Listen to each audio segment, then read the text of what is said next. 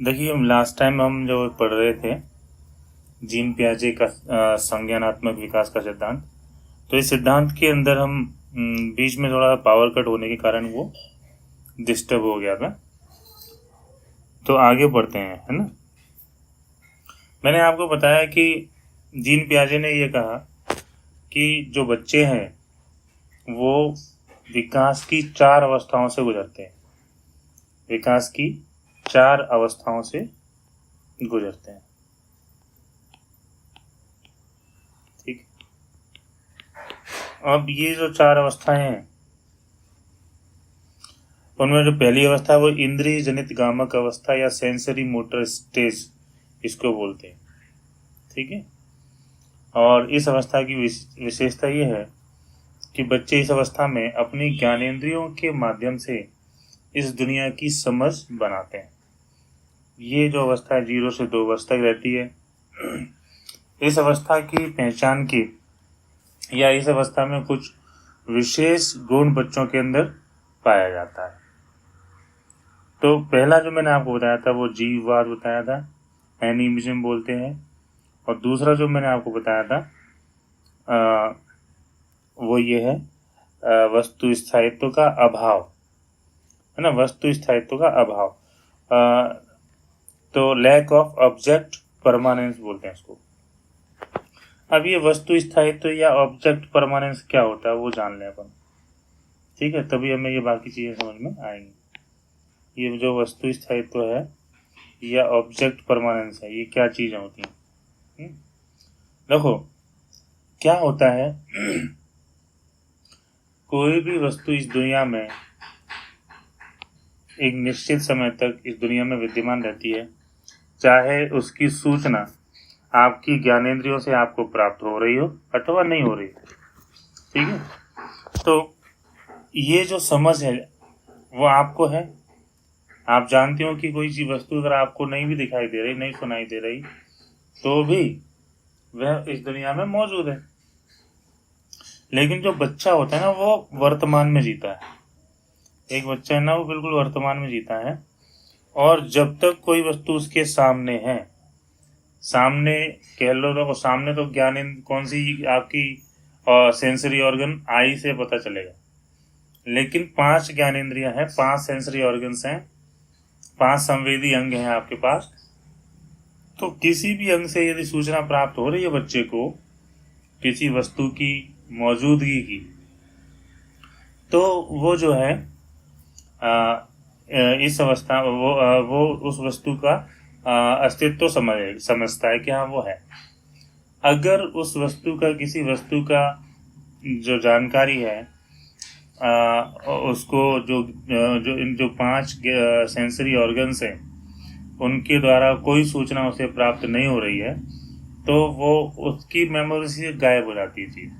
वो बिल्कुल नहीं उसे पता कि ये वस्तु अभी है, अभी भी एग्जिस्ट कर रही है। वो ये मान लेता है कि वो नहीं है। अब इसको पता करने के लिए पियाजे ने कई सारे खेल, या खेल बोले या खेल तो हम एक जनरल भाषा में बोल देते हैं, पर बच्चों के लिए कुछ एक्सपेरिमेंट डिजाइन करें, ठीक है। और उनमें इसमें क्या करा, जैसे छोटा बालक है तो कोई खेलने की वस्तु है, उसका खिलौना है, मान लीजिए कोई डॉल ही है, जो भी है, उसको बच्चे से थोड़ा सा दूर रख दिया। ये मान लो अपना ये एरो के पास अपना बच्चा है और वो बच्चा तो उस खिलौने को लेने आगे बढ़ रहा है।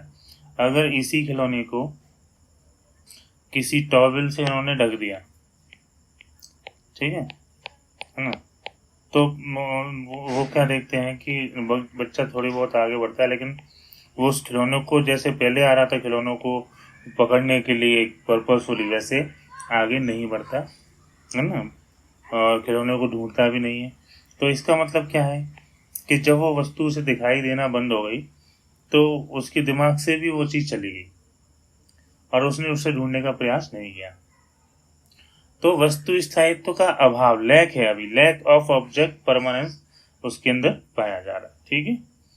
जब ये बच्चा अगली अवस्था में आएगा तब तक उसके अंदर वस्तु स्थायित्व, अगली अवस्था तो बहुत बात की चीज है, 8 माह से ही आ जाता है। ये क्वेश्चन आता है पेपर में, आना प्रारंभ हो जाता है, मतलब पूरी तरह नहीं आ जाता, 8 माह से आना प्रारंभ हो जाता है।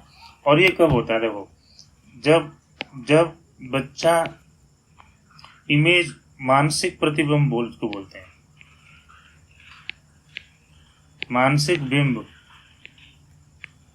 बच्चे के अंदर, उसके दिमाग में बनने लग जाए वस्तुओं के, तो ये कल्पना वो कर पाता है कि वो वस्तु अभी वहीं होगी, भले तौले से ढक दिए, है ना।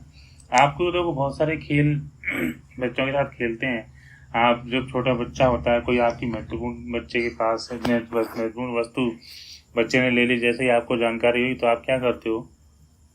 उस वस्तु को बच्चे से वापस लेते हो। लेकिन जब आप लेते हो तो जब तक वो उसे दिखाई देती है तो वो उसे आपसे लेने की कोशिश करता है ना।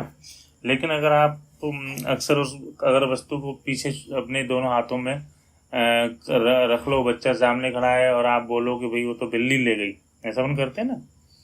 तो बच्चा इस एज में जब होता है, इस अवस्था का मतलब क्या है? ये जो पहली अवस्था है, इंद्रिय जनित कामक अवस्था, 0 से 2 वर्ष, इस अवस्था में बच्चा उस वस्तु को ढूंढने का बिल्कुल भी रत्ती भर भी प्रयास नहीं करता, क्योंकि जब उसे दिखाई देना बंद हो गई तो आप जो कह रहे हो उसे बिल्ली ले गई, उसका मीनिंग उसे समझ में आए या ना आए, बट वो क्योंकि दिखाई नहीं दे रही तो अब उसके लिए वो एग्जिस्ट ही नहीं करती वो चीज। समझ रहे मेरी बात? इसलिए वो ढूंढने का प्रयास नहीं करता। अच्छा, एक और है, इस वस्तु स्थायित्व के कारण ही एक पेपर में क्वेश्चन आता रहता है। एक खेल है जिसे जो वेस्टर्न कंट्रीज हैं वो तो बोलते हैं पीक बू। पीक माने मतलब छुप के देखना। तो हमारे यहाँ क्या करते हैं, देखो बच्चे के साथ, जो बच्चा छोटा होता है तो हम लोग अक्सर क्या करते हैं कि अपना चेहरा छुपा लेते हैं, और तो है ना, फिर अपन जैसे ही अपना चेहरा अपने हथेलियों से हथेलियों को चेहरे के सामने से हटाएंगे तो उसे चेहरा देखेगा। तो बच्चे ना, इस जैसा ही उसको चेहरा दिखता है इतना प्रसन्न होता है, बहुत विकल होके वो मतलब खिलखिला के हंसता है। और जैसे ही आप चेहरा छुपाएंगे तो हंसना बंद कर देता है, और जैसे ही आप चेहरा दिखाएंगे तो ऐसे हंस रहा है जैसे कोई चमत्कार हो गया। ऐसा क्यों है? ये पी का बू आ चुका है एग्जाम में, ठीक है। ऐसा इसलिए है क्योंकि उसके लिए वाकई में ही चमत्कार हो रहा है। अच्छा, आप मुझे बताओ, आपके सामने से कोई व्यक्ति खड़ा है और वो अचानक ही गायब हो जाए तो आपको आश्चर्य तो होगा, और फिर वो प्रकट हो जाए वापस। तो ये जो कौतूहल आपके दिमाग में जगह, एक जादूगर जो खेल दिखाता है वैसा खेल उसके लिए हो रहा है। जैसे ही चेहरा बंद छुपाया हथेलियों से, दोनों हथेलियों से, तो वो अब आप उसे दिखाई नहीं दे रहे तो मानस प्रतिबिंब तो उसकी बनता नहीं है, मेंटल इमेज उसके दिमाग में बनती नहीं है। देखो कभी कभी पढ़ाते समय इस तरह की छोटी छोटी मिस्टेक हो जाती है, बट वो उतनी महत्वपूर्ण बात तो नहीं होती। बट कुछ बच्चे हैं ना, उन पर भी गौर करते हैं। जैसे मुझे इसमें कल देखो, ये जो है ना, ये जो मेंटल जो हो गया है ना, तो ये एक तो वर्ड MENTAL भी होता है, एक MENTAL भी होता है। तो ये MENTAL मानसिक, दिमाग से संबंधित, मतलब हमारे दिमाग में जो प्रक्रियाएं चलती हैं वो। और ये जो पहले जो लिख गया था गलती, तो उसका मतलब होता है जो दिमाग, जो व्यक्ति मानसिक रोगी है ना, उसके लिए एक वर्ड यूज कर लेते, ठीक है। तो ठीक है, छोटी मोटी बातें होती रहती है, जैसे यहाँ पे N नहीं आया था, ठीक है। लेकिन ये गौर करने वाली बात नहीं है, बात है कॉन्सेप्ट को समझने की, ठीक है।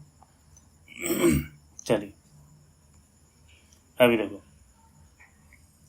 तो ये जो पीकाबू खेल में बच्चा इतना प्रसन्न क्यों हो रहा है? क्योंकि जैसे ही चेहरा छुपाया दोनों हथेलियों से, आप गायब हो गए। जैसे ही हथेलियां हटाई, आपका चेहरा उसे दिखा तो आप प्रकट हो गए। तो ये वो वाला उसके लिए मामला है, ठीक है। एक और चीज है ईगो सेंट्रिज्म, इसको बोलते हैं जैसे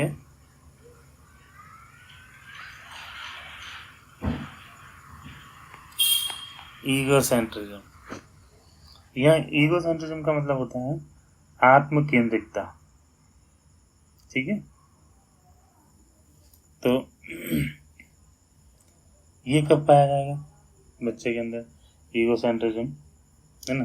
तो ये आत्म केंद्रिकता का मीनिंग क्या है होता है, ये समझे आप।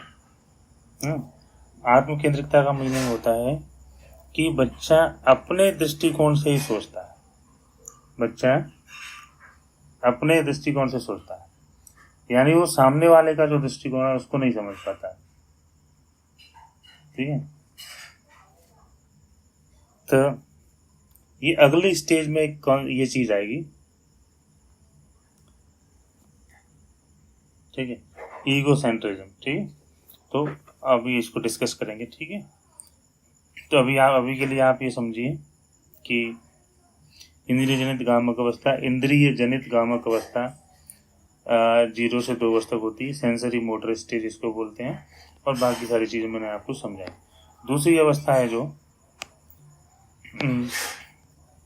बच्चे के मानसिक विकास में, जैसा कि प्यारे ने बताया, उसको बोलते हैं हम पूर्व संक्रियात्मक अवस्था। पूर्व संक्रियात्मक,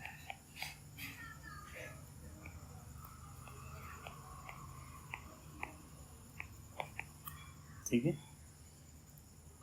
या इसको बोलते हैं pre operational stage. Pre operational stage. अब इसका ये क्या कब से कब तक रहती है? 2 से 7 वर्ष तक।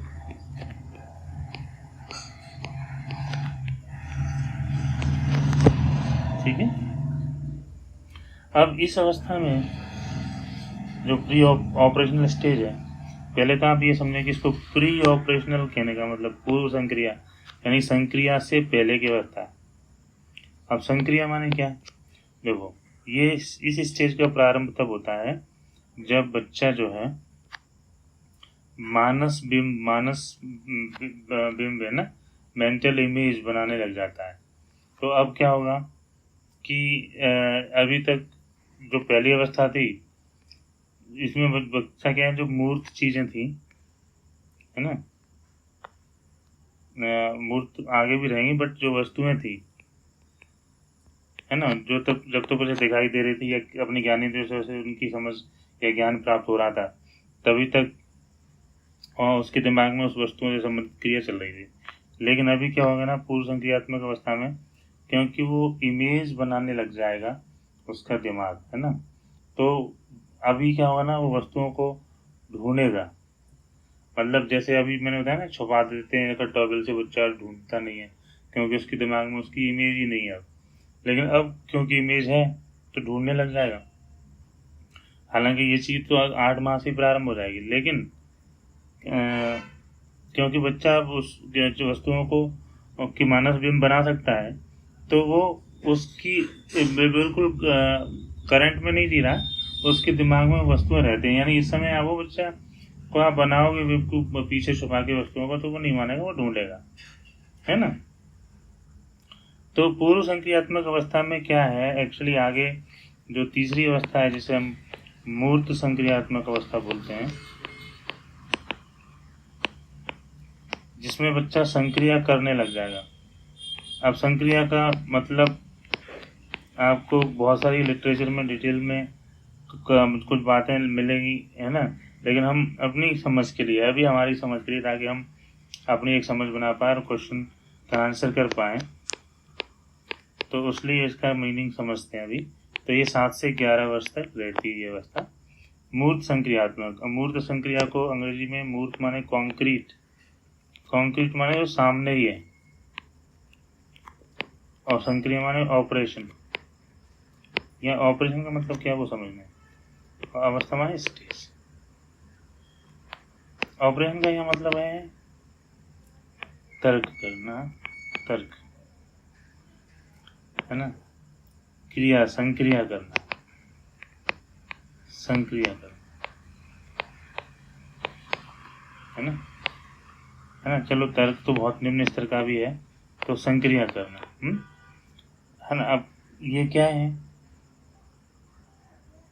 यहाँ पे बच्चा क्रियाएं करने तक संक्रिया करने लग जाएगा, लेकिन वो किन मूर्त चीजों के बारे में ही संक्रिया बेहतर तरीके से कर पाता है। यानी तर्क करता है निम्न स्तर का, तो इसको तर्क बिल्कुल करता है, लेकिन वो कैसा तर्क होता है, मूर्त तर्क बोलते हैं उसको। अमूर्त तर्क नहीं करता अभी।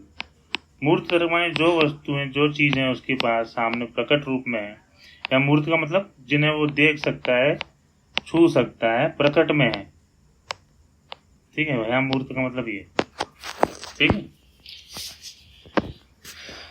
तो जो बालक है इस अवस्था में एक बेसिक तरीके का आरंभिक प्रकार का रीजनिंग या तर्क करना प्रारंभ कर देता है, लेकिन वो आधारभूत प्रकार की होती है। अमूर्त तर्क एक उच्च स्तर का तर्क है जो कि अगले अवस्था में करेगा।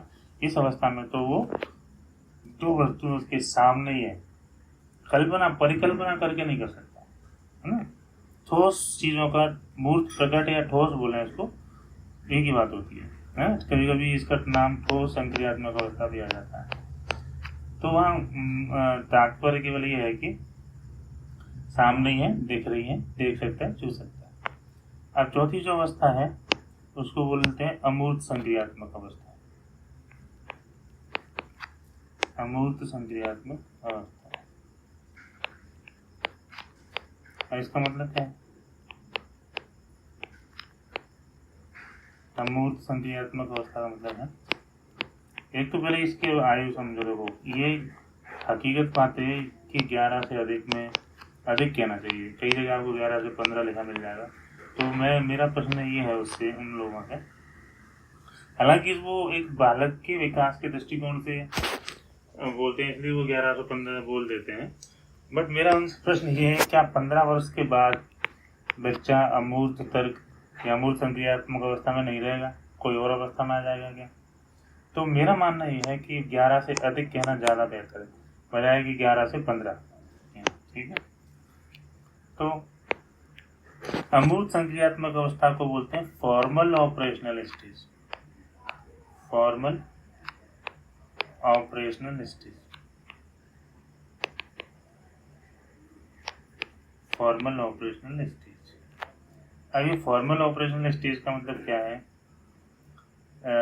यहाँ पे बच्चा अमूर्त तर्क, यानी जो चीजें उसके सामने नहीं है, देखो मूर्त माने वस्तुएं ही मूर्त होती हैं, ठीक है। विचार तो हमेशा अमूर्त होता है। तो यहाँ जो वो बच्चा मानसिक क्रिया कर पा रहा था, है ना,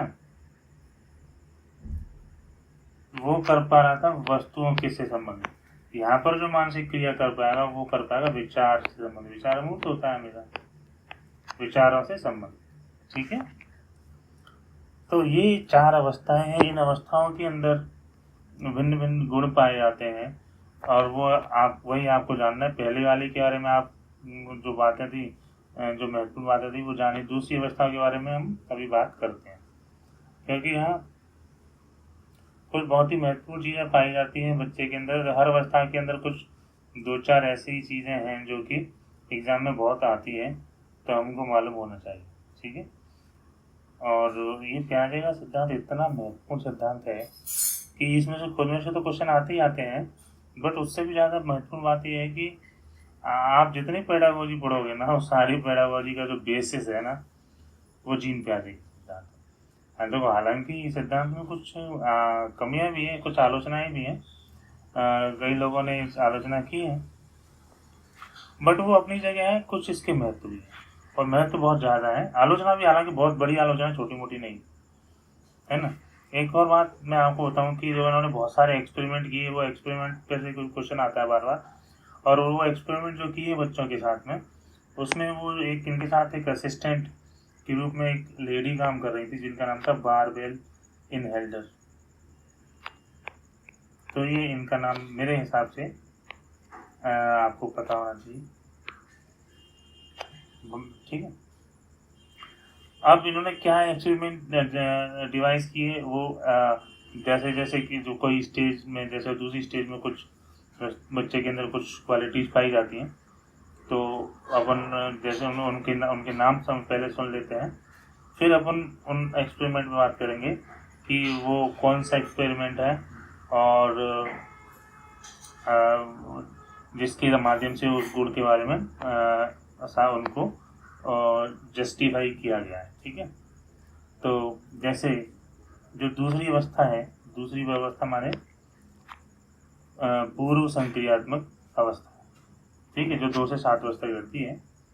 इस अवस्था में बच्चे के अंदर एक चीज है जिसको बोलते हैं इररिवर्सिबिलिटी। इररिवर्सिबिलिटी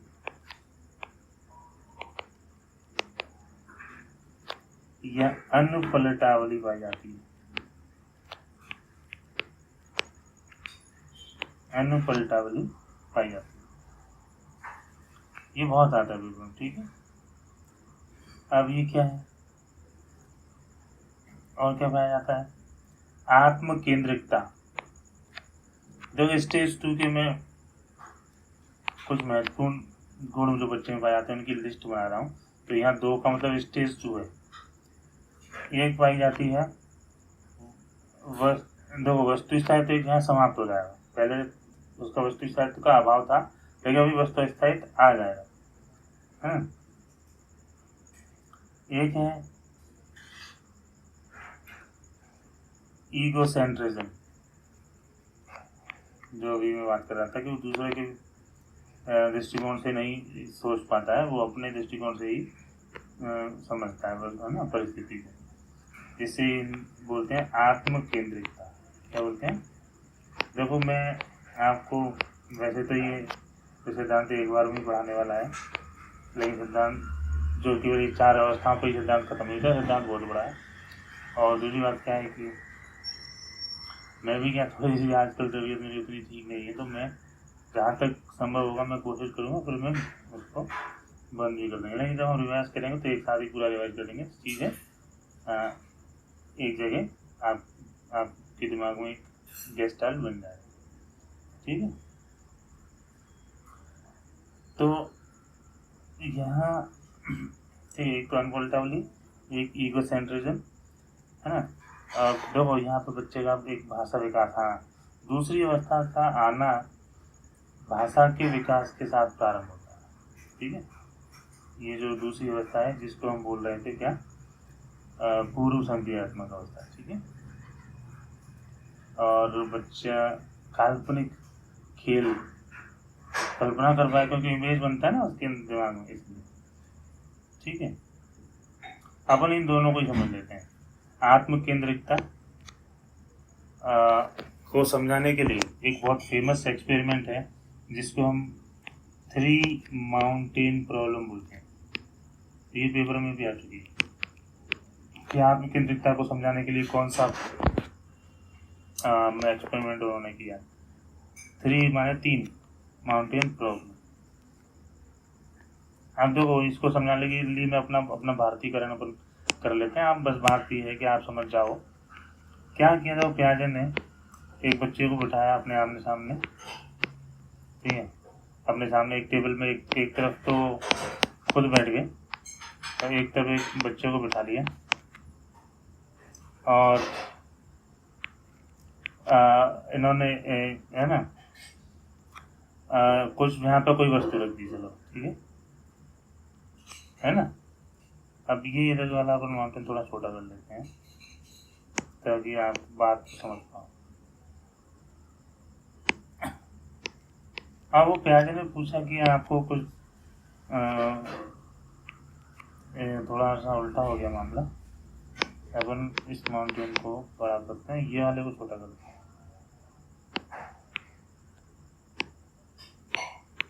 अब देखो ये जो बच्चा है उसकी तरफ जो छोटा एक माउंटेन छोटा है, तो ये जो वस्तु है बच्चे को साफ दिखाई देगी, जबकि ये जो व्यक्ति है इनके सामने जो माउंटेन है वो थोड़ा सा ऊंचा है, तो ये जो बीच यहाँ पर क्या वस्तु रखी हुई है तो शायद उनको दिखाई ना दे। लेकिन जब बच्चे से पूछेंगे कि आपको ये कुछ रखा है जो भी, मान लो चलो अपन अभी समझने के लिए एक पार्ले जी बोल देते हैं उसको, क्या आपको पार्ले जी दिख रहा है? बच्चा बोलेगा हाँ दिख रहा है। क्या वो मुझे भी दिख रहा होगा? हाँ कि हाँ बिल्कुल दिख रहा होगा। ये बच्चा कब करता है? ये बच्चा ऐसे करता है कि वो जब वो ये क्या मसला चीज़ हमारा मसला दे रहा है कि जब मुझे दिखाई दे रहा है तो उनको तो दिखाई दे ही रहा होगा। ईगो सेंट्रिज्म, आत्म केंद्रित है वो, जैसा वो खुद की परिस्थितियों है ना वैसा ही समझता है सामने वाला भी उसी परिस्थितियों में। वो नहीं समझ पाएगा कि उनकी तरफ माउंटेन ये बड़ा है तो उन्हें क्यों दिखाई दे रहा होगा, अभी इस अवस्था में नहीं समझ पाएगा। तो इसे बोलते हैं ईगो सेंट्रिज्म। इसे मतलब ईगो सेंट्रिज्म का मतलब तो ये है कि वो अपनी परिस्थितियों के अनुसार ही दूसरों पर वो परिस्थिति को आरोपित कर देता है कि जैसा मुझे मेरी परिस्थिति है वैसे ही सामने वाले की, मतलब उसी एंगल से सोचता है ना। और उसको समझाने के लिए फेमस प्रॉब्लम है 3 माउंटेन प्रॉब्लम जो उन्होंने बताया, उन्होंने जिसके माध्यम से ये साबित करा। और भी चीजें हैं पर ये पेपर में आती है। एक है इरिवर्सिबिलिटी अनपल्टेबल, इसे करने के लिए, इसे समझाने के लिए भी एक एक्सपेरिमेंट है। जैसे देखो ये इसका मतलब क्या है इरिवर्सिबिलिटी का, कि उन्होंने क्या करा, जैसे दो गिलास लिए, ग्लास जो ट्रांसपेरेंट ग्लास के बने हुए है ना, टम्बलर है, ठीक है। अब इनमें जूस भरा हुआ है, सेम साइज के हैं ये, और जूस भी ऐसा सेम हाइट तक भरा हुआ है। अब बच्चे से उन्होंने पूछा कि दोनों में से कौन से गिलास में जूस ज़्यादा है, तो बच्चा बोलता है कि दोनों में बराबर है, ठीक है। अब उन्होंने क्या करा, उसके सामने क्या कर रहे हैं वो, एक गिलास तो एज इट इज रखे रहने देते हैं, ठीक है, और दूसरे गिलास को क्या कर देते हैं वो, एक सकरे और लंबे गिलास में कर देते हैं, तो स्वाभाविक को थोड़ा ऊपर तक भर जाएगा। अब बच्चे से पूछते हैं कि कौन से, ए में ज़्यादा जूस है या बी में ज़्यादा जूस है, तो इस अवस्था में बच्चे अक्सर बी को आंसर करते हैं। और ये क्यों करते हैं, देखो बच्चा एक ही पक्ष को ध्यान दे पाता है एट ए टाइम, एक समय में वो एक ही पक्ष को पर वो ध्यान दे पाता, कॉन्सेंट्रेट कर पाता है, ओनली वन एस्पेक्ट। इसकी लंबाई चौड़ाई दोनों को एक साथ नहीं ध्यान कर पा रहा, वो ये नहीं समझ पा रहा कि भाई ये ऊंचा तो हो गया, लंबा ऊंचा तो हो गया क्यों, लेकिन ये सकरा हुआ है ना, तो सकरा भी तो हुआ है, ये बात नहीं समझ पा रहा। तो एक समय में है ना, एक ही पक्ष पर वो ध्यान केंद्रित कर पाता है, दूसरे पक्ष में हो रहे बदलाव को नहीं समझ पाता, ऐसा इसलिए हो रहा। और इसी चीज को बोलते हैं इरिवर्सिबिलिटी। देखो वो अनपलटा वाली माने उसको मानसिक रूप से इस चरण को वापस नहीं कर पा रहा, जो उसके सामने कोई वस्तु मूर्त, जो चरण मूर्त रूप से हुआ है, इसी को वो ये नहीं सोच पा रहा कि यदि मान लो इस गिलास को मैं वापस उसी पहले वाले गिलास में पोर कर दूं, डाल दूं, तो फिर से वो उतने का उतना ही भर जाएगा। ये बात यानी जो एक चरण उसके सामने, उनका मानसिक व्युत्क्रम इस बोलते हैं, वो मानसिक व्युत्क्रम पलट नहीं पा रहा ना, मानसिक व्युत्क्रम नहीं कर पा रहा,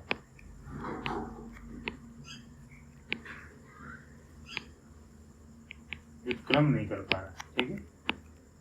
तो इसी को अनपलटा बोलिए। अब ये जो गिलास है उसकी जगह कभी कभी फ्लास्क आ जाएंगे, फ्लास्क को 2 फ्लास्क हैं, सामान तक भरे हुए हैं, कॉर्क लगा हुआ है, फ्लास्क को आप जानते हो ना। अब इसी फ्लास्क को उल्टा कर दो, तो क्योंकि ये उल्टा हो गया तो नीचे सकरा था, ये थोड़ा ऊंचा तक भर जाएगा। बात सेम वही है, समझाना वही है, प्रोसेस सब कुछ वही है, बस ये गिलास की जगह यहाँ पे फ्लास्क आ गया, ठीक है ना। तो ये बात, तो मेरे ख्याल से आप, मुझे उम्मीद है कि आप थोड़ा समझ पाए होंगे कि मैं क्या कहना चाह रहा हूँ। फिर एक तीसरी अवस्था है, चौथी अवस्था है, जिसे हम बोल रहे हैं अमूर्त संक्रियात्मक अवस्था बोलो उसको, या औपचारिक संक्रियात्मक अवस्था बोलो, फॉर्मल ऑपरेशनल स्टेज,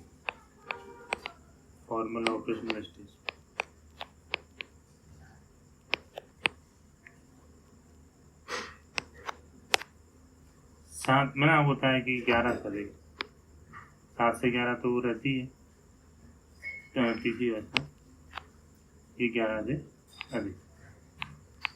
एक तीसरी अवस्था में इसी जान लो, आगमनात्मक तर्क कर पाता है बच्चा, तीसरी अवस्था का पढ़ेंगे।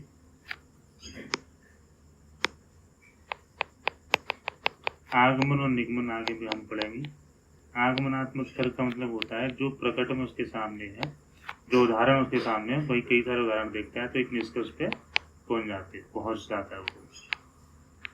मतलब बहुत सारे उदाहरण प्रैक्टिकली देख रहा है ना अपने सामने, तो उदाहरणों से एक निष्कर्ष पे पहुंच जाना ही अभी के लिए आप समझ लो, आगे चर्चा करेंगे तभी टॉपिक आएगा, ठीक है। तो औपचारिक संक्रियात्मक अवस्था 11 वर्ष से अधिक, ठीक है, ये है। और इस अवस्था में जो गुण हैं वो है, एक तो है पेदागोजी तर्क है, जब इससे पहले क्या था आगमनात्मक तर्क था, यह निगमनात्मक तर्क करने लग जाता है, निगमनात्मक,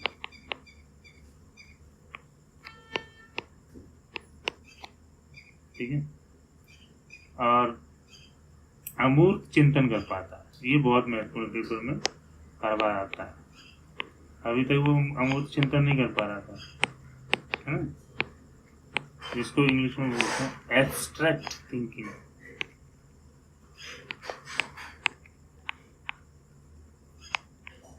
एब्स्ट्रैक्ट थिंकिंग, एक वर्ड यहाँ पे आता है, बहुत पेपर में आ रहा है, जिसको बोलते हैं हाइपोथेटिको डिडक्टिव रीजनिंग। एक इसका ट्रांसलेशन है परिकल्पनात्मक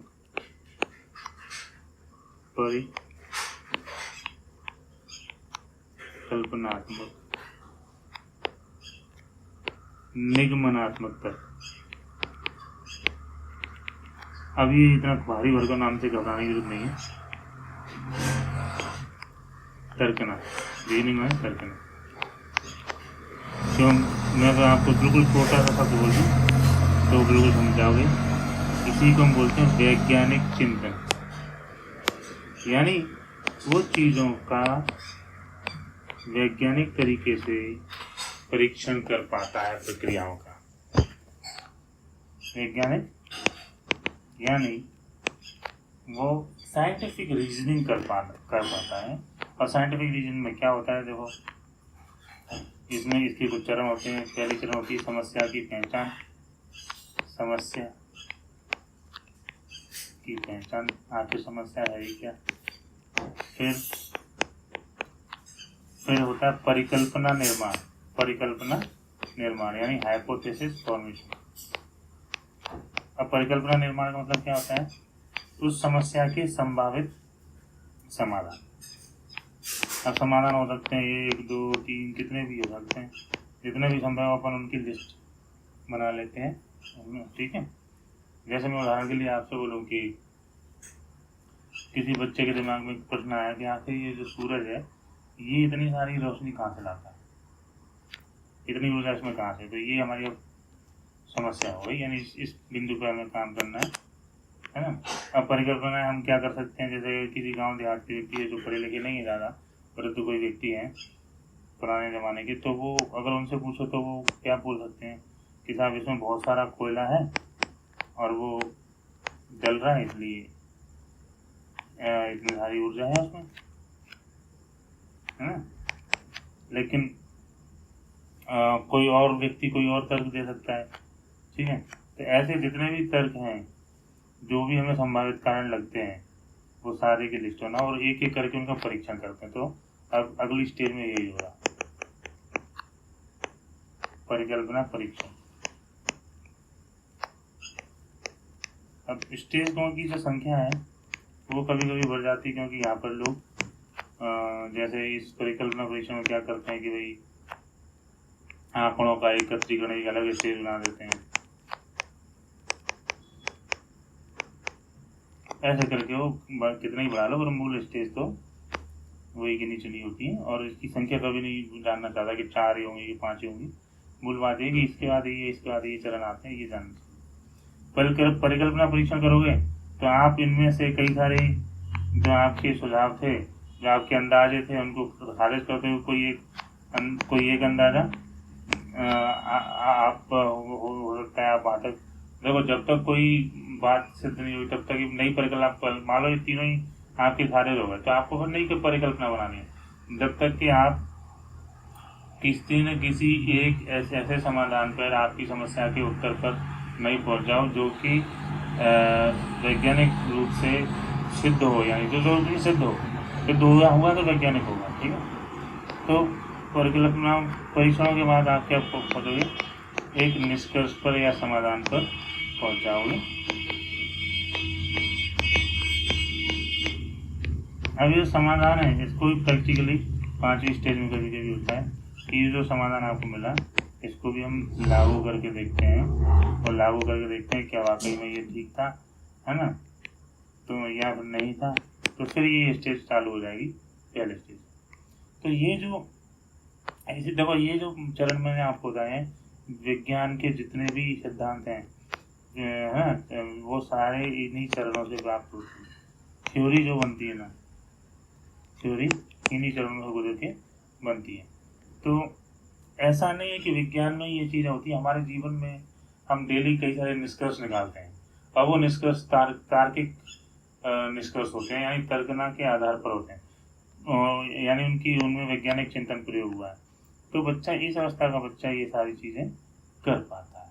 ठीक है, तो इस प्रकार से ये जीन प्याजे के सिद्धांत की 4 अवस्थाएं हैं। तो वो सिद्धांत बहुत बड़ा है, अभी आपको क्या क्या जानना मैं आपको बता देता हूँ, अगले में नहीं जाना है, क्योंकि है ना अभी के लिए इतना ही काफ़ी। जैसे प्याजे ने ये कहा कि जो ये सारा जो बच्चा सीख रहा है, ये एडेप्टेशन की प्रोसेस से सीखता है, यानी अनुकूलन इसको बोलते हैं। और ये जो अनुकूलन है, इस अनुकूलन में के अंदर भी 2 अलग अलग प्रक्रियाएं चलती हैं। ठीक है, जिसको हम सम्मिलन या एसिमिलेशन बोलते हैं। एक तो सम्मिलन या एसिमिलेशन है, और एक है समायोजन या एकोमोडेशन।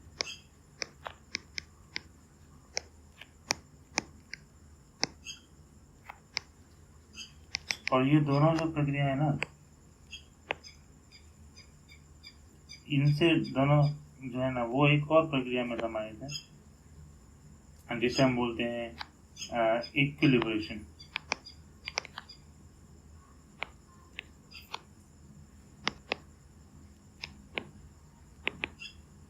साम्य धारण। तो ये सारी चीज़ें क्या है, आपको ये समझना है, मैं समझाऊंगा आगे। और ये सारा जब होता है तो इसमें क्या होता है कि स्कीमा बनते हैं। स्कीमा को बोल रहे हैं तो अपन ज्ञान योजनाएं बोल रहे हैं, या चिंतन के निर्माण प्रखंड बोलते हैं, यानी इनके द्वारा ही आप चिंतन करते हो, चिंतन के निर्माण खंड बोलते हैं। तो स्कीमा क्या होता है ये जानेंगे हम। और ठीक है, तो इस तरह की चीज़ें और जाननी है अपन को, अगले इसमें जानेंगे। अभी के लिए इतना ही करते हैं। ठीक है, थैंक यू।